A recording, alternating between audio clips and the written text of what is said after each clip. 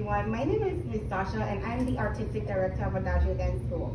Today what we're going to do is show you a tutorial on how to execute a back handspring. Now there is a safe way in order to get this skill done, and we're going to be joined by 3 students who are going to be able to execute this and show you exactly how we do it. Alright, so girls. My name is Mikaela Bruni. My name is Ashley Anita. My name is Chelsea Jones.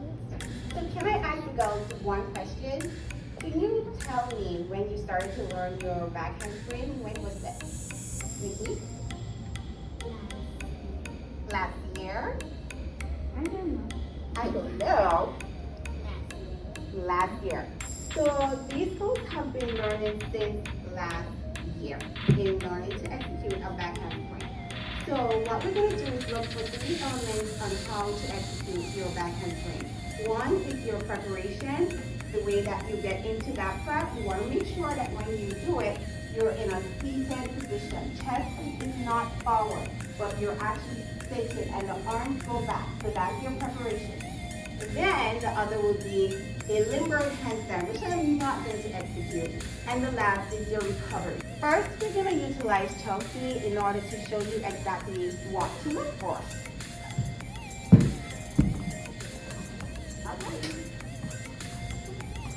What you want to do as an instructor is make sure that you are off her heel at least width apart.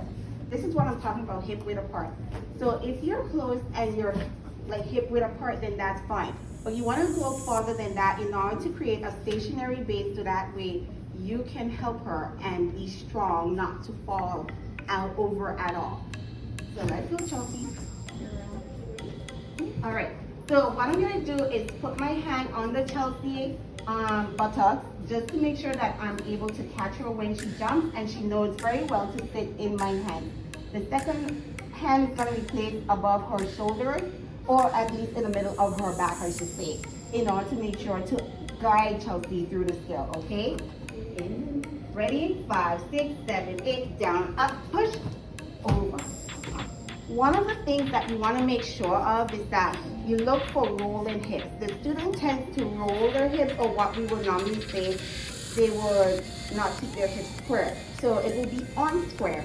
So you want to make sure to keep an eye out for that. Another thing that you want to make sure that you look for is pointed toes.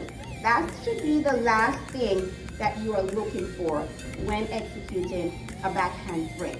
Now, one of the other things that we want to make sure that we look for is alignment. Alignment of the arm, shoulder, in conjunction with the hip.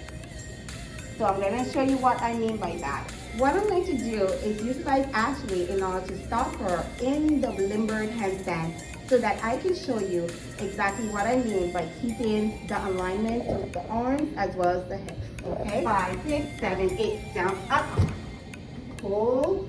There we go. So if you notice in her handstand, her hips are not super in line with her body, but this is what I'm looking for. I'm looking for the shoulder, elbows, and the wrist to be in alignment with each other. Okay? Then I'm just going to bring her over and help her stand up.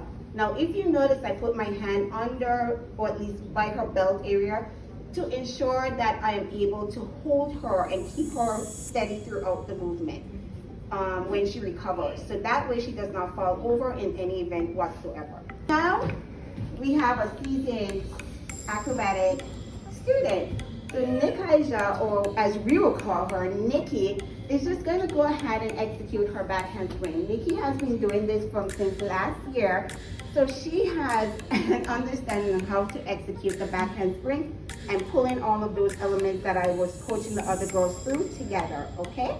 There we go. Let's go. Ready? 5, 6, 7, 8, down, up, push. There. Whenever you're executing an advanced skill, let's be safe about it. We want to make sure that every time that you execute a skill, always remain safe and always work towards progression. Thank you very much for watching.